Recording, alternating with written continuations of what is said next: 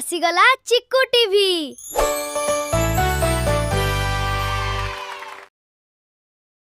गोटे पुराना गाँव में माँ झील नामक दुईटी भूतुणी रोते।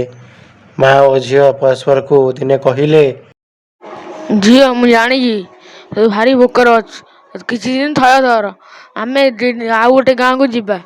मुझे गाँ ना जानी आम जा सब सब मिले सब लोक आम रक्त पी खाଇବା मांस खाଇବା सेठी मु जानी मो सांग सेठी गोटे भूतुणी अच्छी तमें जाकर घर रहा सी आम सब दुख शुणी से कहला तमें मासक पर आम घर टे आस आम खाଇବା सब रहा आमरी घरे।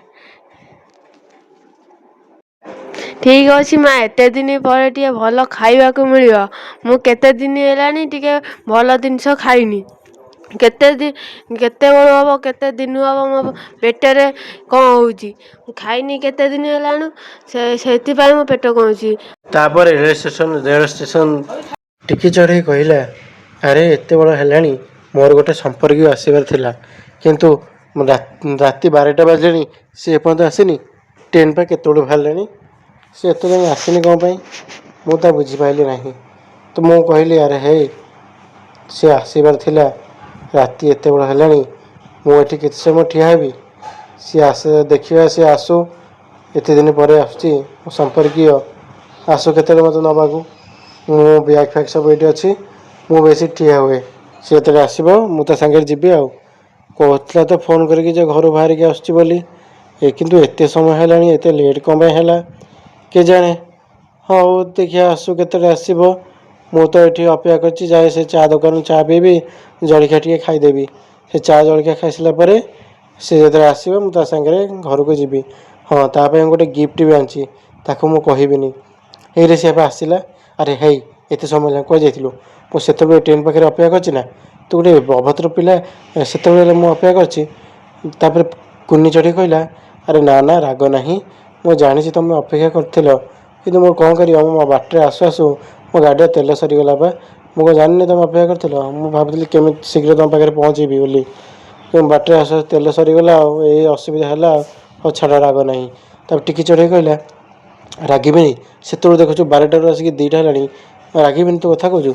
तब कुन्नी चढ़ी कहला, ना ना राग ना ठीक अच्छे चल मो सागर रात तो एत है मु कहीं शुणी ये बाटर भूत गुड़ा बुलती हो चल चल मो सागर चल ये बेसी समय रुह ना ना किए आसी जड़े आटाक कर उपरको चल चल ये जगह निरापद नुह ये जगह विषय में बहुत किसी शुणी ये रहा ठीक नुह चल आम यू पलैबा। टिकीमिकी चढ़ी ये कथा होते दुहें चलीगले निज बाटर गले घर को। माँ आज मु जाइली बुलिया को मु आज 4टा बड़ बड़ चढ़ई देखी ताकू आणिकी आम रोसई करी खाइबा आउ मामू घर तो जीवा पछरे जीवा आकू आज करी आज आम पेट पूरा करी खाइबा आउ हेले माँ से चढ़ई 2टा पूरा खाई पी पूरा हुष्टपुष्ट होती हेले मु धरिया को गला बेलू से उड़ी जाऊँच तमें कौन करी चढ़ई। हाँ हाँ झील मु तो चढ़ा देखी बढ़िया हुष्टपुष्ट चढ़ई अच्छा आम खाइबा जाल पकईदबा आम माड़ी बड़ी तोड़ा खाए तो लेग पीस खाया पकई मु शुणी चढ़ई मांस भारी सुआद तो मांस कषिक खाइबा मुझे जाऊँ दुकान को ना तेल मसला नहीं रखीदा काली सकाल हेले आम घर जालटा पकड़ा ट्रेन लाइन ये पकई खाइबा कौन कौन अपेक्षा कर मुझे चढ़ई ट्रेन लाइन पाखे मुझे चढ़ई देखी व्यस्त होना यही ट्रेन लाइन पाखे कौटी घर थी व्यस्त होना आम आसी चल गोटे प्लान करवा चढ़ई कि आम घर को नहीं कषिकिना माडिकिना खाइबा सॉक्स पकई सी यही बारे आसे तो मुझे आसो अन बी देखे से केमी जी बारे खसिक जापर मुझे अन चढ़ई तू रु तो मारि ए चढ़ई मुझे मारिकी खाइबी तू चिन्हनु मत मु गोटे बड़ राक्षस मो पिला मो झील मो 2 जण राक्षस तथा चिकेन कर खाइबी टे ନେଇଯିବି ମୋ କଡ଼େ ତ ଛାଣିକି ପୁରା ଖାଇବି ପୁରା ଲେଗ୍ ପିସ୍ କରି ତମ ଦୁଇ ଜଣଙ୍କୁ। ଆଜି ତ ମୋ ଖାଇବା ଜମା ମଲ ଅଛି ତମ ଭାଗ୍ୟ ଆଜି ପେଚା ବୋଇ। ଆରେ ମୋତେ ଛାଡ଼ିଦିଅ, ଦେଖ ମୋ ସାଙ୍ଗ ଆସିଲାଣି, ତମେ ତାକୁ ଦେଖ। ଟିକି ଚଢ଼େଇ ମିକି ଚଢ଼େଇ ଦୁଇ ଜଣ ଭୁତୁଣିକୁ ବୁଝୁଥାନ୍ତି। ଭୁତୁଣି କହିଲା, ନା ନା ମୁଁ ତୋତେ ଛାଡ଼ିବିନି, ମୁଁ ତୋତେ ଆଜି ମାରିବି।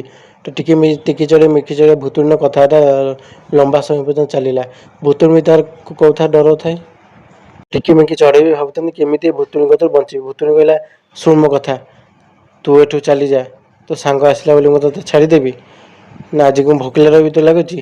ତାପରେ ଏହା କହିକି ଦୁଇ ଜଣ ପାଞ୍ଚିଲେ କହିଲେ ଭୂତ କେମିତି ଗପରେ ଆମେ ହଜେଇଦେବା, ତାପରେ ଆମେ ଏଠୁ ଫୁସ୍କିନା ଲୁଚିକି ପଳେଇବା। ଭୂତ ସିନା ଜାଣିଲେ ଆମକୁ କିଛି କରିବ। ତ ଦୁଇ ଜଣ ଟିକିମିକି ଚଢ଼େଇ ଭୂତ କେମିତି କଥାରେ ଭୁଲେଇ କ'ଣ କଲେ ନା ସେ ଜାଗାରୁ ଚାଲିଗଲେ। ସେ ଜାଗାରୁ ଯେତେ ଚାଲିଗଲେ ତାପରେ ଦେଖିଲେ ତା ଭୁତୁଣି ବି ଥକିଗଲାଣି କଥା ହେଇକା। କହିଲା କେତେ ଆଉ ଆଙ୍କ ସହିତ କଥା ହେବି, ମୁଁ ବି ଯାଉଛି। ଭୁତୁଣି ବି ଚାଲିଗଲା। ଟିକି ଚଢ଼େଇ ବି ଦୁଇ ଜଣ ଖୁସି ହେଲେ, କହିଲେ ଯାହା ହଉ ଭୁତୁଣିଟା ପିଛା ଛାଡ଼ିଲା। ତାପରେ ସେ ଦୁଇ ଜଣ ନିଜ ଘରକୁ ଆସିଲେ। ଘରକୁ ଆସିକି ମିକିଚି କହିଲା, ଦେଖୁଛୁ ତ ତୋ ଦୋଷରୁ ଆମେ ଆଜି ନାମ ନେଇଥାନ୍ତୁ, ସେ ଭୂତ ଆମକୁ ଆଜି ଛାଡ଼ିଥାନ୍ତା। ତୋତେ କହୁଛି ଚାଲେ ବୋଲି ଘରକୁ ଲେଟ୍ ହେଲାଣି, ତୁ ଲେଟ୍ କଲୁ। ତାପରେ ମିକି କହିଲା, ନା ନା ରାଗନା, ଛାଡ଼ ଯାହା ହେଲା ହେଲା, ଆମେ ଆଉ ସେଇ ବାଟ ଦେଇକି ଯିବାନି। ଏବେ ଆମେ ରାତି ହେଲେ ମୁଁ ଆଉ ସେଇ ବାଟ ଦେଇକି ଯିବାନି ହେଲା। ହଉ ଯା, ଏତେ ଦିନ ପରେ ତୋ ଘରକୁ ଆସିଲୁ, ମୁଁ ଯାଇ ତୋ ପାଇଁ ପିଠା ଦୁଇଟା ଖଣ୍ଡେ ବନେଇ ଦିଏ। କହିଲା ହଉ, ନା ନା ପିଠା ନୁହଁ, ମୋତେ ଚା ଆଗେ ଦେଲୁ, ମୋ ମୁଣ୍ଡ ବିନ୍ଧିଲାଣି, ତୁ ଚା କରିକି ଆଣେ, ମୁଁ ଚା ପିଇବି, ତାପରେ ଯେଉଁ କଥା। ତ ମିକି ଚଢ଼େଇ ଗଲେ, ଠିକ୍ ଅଛି, ତୁ ଏଠି ଚେୟାରରେ ବସ, ଆଉ ଏଇ ଥଣ୍ଡା ପିଇ ସାରିଲା ପରେ, ପିଠା ଖାଇସାରିଲା ପରେ ତୋ ପାଇଁ ମୁଁ ଚା ବନେଇଦେବି, ଚା ପିଇବୁ ତ ଆଉ, ଠିକ୍ ଅଛି। ଦୁଇ ଜଣ ତ ରାଗନା, ଯାହା ଖାଇପିକି ଶୋଇପଡ଼। ତ ଦୁଇ ଜଣ ତାପରେ ଖୁସିରେ ଖାଦ୍ୟ ଖାଇକି ଶୋଇପଡ଼ିଲେ। ତାପରେ ମିକି ଚଢ଼େଇ କହିଲା, ସାଙ୍ଗମାନେ ଭିଡ଼ିଓ ଭଲ ଲାଗିଲା ତ, ବହୁତ କଷ୍ଟରେ ତିଆରି କରିଛୁ। ତେଣୁ ଯଦି ଆପଣଙ୍କୁ ଭଲ ଲାଗିଥିବ ଭିଡ଼ିଓଟା, ତେବେ ଏଇ ଚ୍ୟାନେଲକୁ ଲାଇକ୍, ସେୟାର ଆଣ୍ଡ ସବସ୍କ୍ରାଇବ୍ କରିଦେବେ ହେଲା। ଭୁଲିବେ ନାହିଁ। ଚ୍ୟାନେଲକୁ ଟିକେ ସାଙ୍ଗମାନଙ୍କ ସହିତ ବି ସେୟାର କରିଦେବେ, ସେମାନେ ବି ଭିଡ଼ିଓକୁ ଯେମିତି ଦେଖନ୍ତି। ତ ବୁଝିପାରିଲେ, ତେଣୁ ଟିକେ ସବସ୍କ୍ରାଇବ୍ କରିଦେବେ ମୋ ଏଇ ଚ୍ୟାନେଲକୁ, ଓଡ଼ିଆ ଗପ ଚିକୁ ଟିଭି ଚ୍ୟାନେଲକୁ ସବସ୍କ୍ରାଇବ୍